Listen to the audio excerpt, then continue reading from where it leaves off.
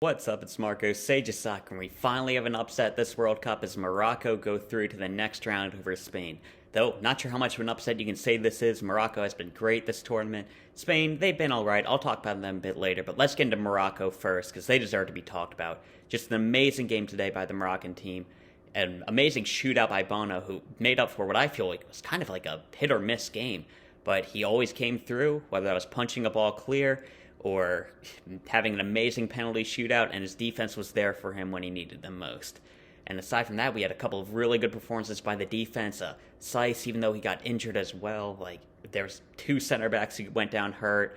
Hakimi was having a really good game. Mazraoui defensively was playing well. I think he was a little bit weird on the ball, but overall just a really good game by that Moroccan defense. And Amrabat in midfield was just elite.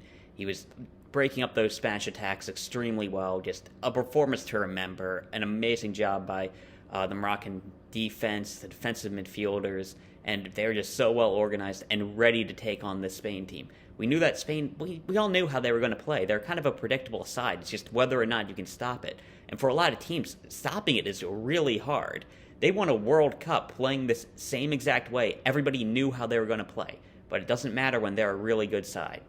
Then further forward, couldn't get much forward going offensively. I think they had probably the better chances, at least in the first half, but they were kind of fluky chances, and I don't think they ever really looked like they were troubling the Spanish defense. I think Laporte and Rodri had a very good game, Simon solid in the goal, but overall just a really good performance by Morocco, and honestly, it's a pretty winnable game up against Portugal or Switzerland, and it's an or this time. I think that game's 50-50 at the moment. I'm leaning towards Portugal, but Switzerland's looked very good. I think Morocco has a chance to beat either of those teams. Just a very good performance by the Moroccan team, and I'd be very excited about them. And, man, you would have Ziyech have a much better game. Boufal was playing really well. I forgot to mention how well Boufal was playing. Hopefully your strikers will be a little bit better. They had a couple of good chances through on goal, but I think most of them were offsides, but they weren't close to being put away. But still, very good performance. Then we've got Spain. They were dominating the ball, but not really making any chances from it. And individually, there's not too much to talk about because it's mostly just players passing it around. I think Laporte and Rodri were playing very well, as I said, and I think Nico Williams was definitely trying to make things happen. I think he was probably their best offensive player, but that's all I can really say. Just pretty bland game and a bland performance by the Spanish side. We know how they like to play. We know how they like to pass it around because that's what Spain does. But it's not really what Spain does, and it's not what Spain should do. That passing, that tiki-taka style, that was implemented around 2008, 2010 because you had Xavi and Iniesta. I want you to understand that. Spain played this way because they were building around two of the greatest midfielders of all time, and arguably the best midfield of all time. And not to mention a really strong defense, some good strikers, and in my opinion, peak for peak, the best goalkeeper ever in Casillas at the time. They had a really good team, and they played that way to get the best out of their players. They don't have Xavi and Iniesta anymore, but that's okay. They still have a couple of really talented players, some world-class players in their squad. They played Rodri out of position this entire tournament. You can't tell me that Rodri in midfield wouldn't have helped, because they needed a bit more. And I think they just needed to play with the striker. They needed to change up their style of play. Because look at Brazil. For Brazil, all my life, I've known Marcelo and Dani Alves as their fullbacks, just bombing forward, just really good attacking fullbacks. Well, they don't have that anymore. And guess what? Brazil adjusted. I like Danilo defensively. Militao, he's a very good player, but he's a center back naturally. But they're still doing well because they adjusted their style of play. Spain, they haven't adjusted since Xavi and Iniesta left. And they seem to think that they can just keep playing like this and keep playing the same way because it worked for them once. No, it's not going to work. You had an extremely special group of players. I'm not even going to say the game's moved on from that. I'd say they just don't have a Xavi and Iniesta. They were outliers at the time as well. You need to adjust your style of play because there's a lot of talent in the squad. You can't tell me Pedri, Gavi, Ferran Torres, Like, they're going to be amazing. They're going to lead Barcelona back to prominence in the near future.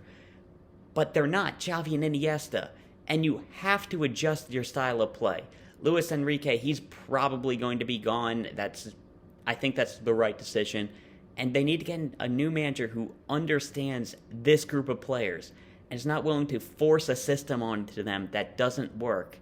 Vicente Del Bosque, like, when he came into that team, he had his own style of play at Real Madrid. He had a big guy in Morientes up front. He had Raul as a secondary striker, some good defenders.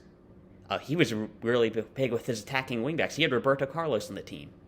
But when he saw that he didn't have that, he didn't go, okay, let me just put Fernando Llorente up top. We can put in a winger. We can put Jesus Navas as a fullback. No, he adjusted his style of play because he's a great manager and he understood what it took to win. And I think Spain, this should be the shock that tells them they need to change how they're playing. And I'm fine if Barcelona stays like this. Barcelona's Barcelona. They have a club identity that they really want to implement. And when Spain was doing well, they played a bit like Barcelona. I mean, sure, you had Sergio Ramos in the team, but I think, like, that 2010 World Cup squad, like, how many Barcelona players were in there? Like, the entire attack, like, everybody but, like, Xavi Alonso, Capdevila, Ramos, and Casillas. I think everybody else was a Barcelona player. Well, Fernando Torres, but he wasn't starting in that World Cup run. But just understand that the style of play, you need to change because you don't have the same players that you once did.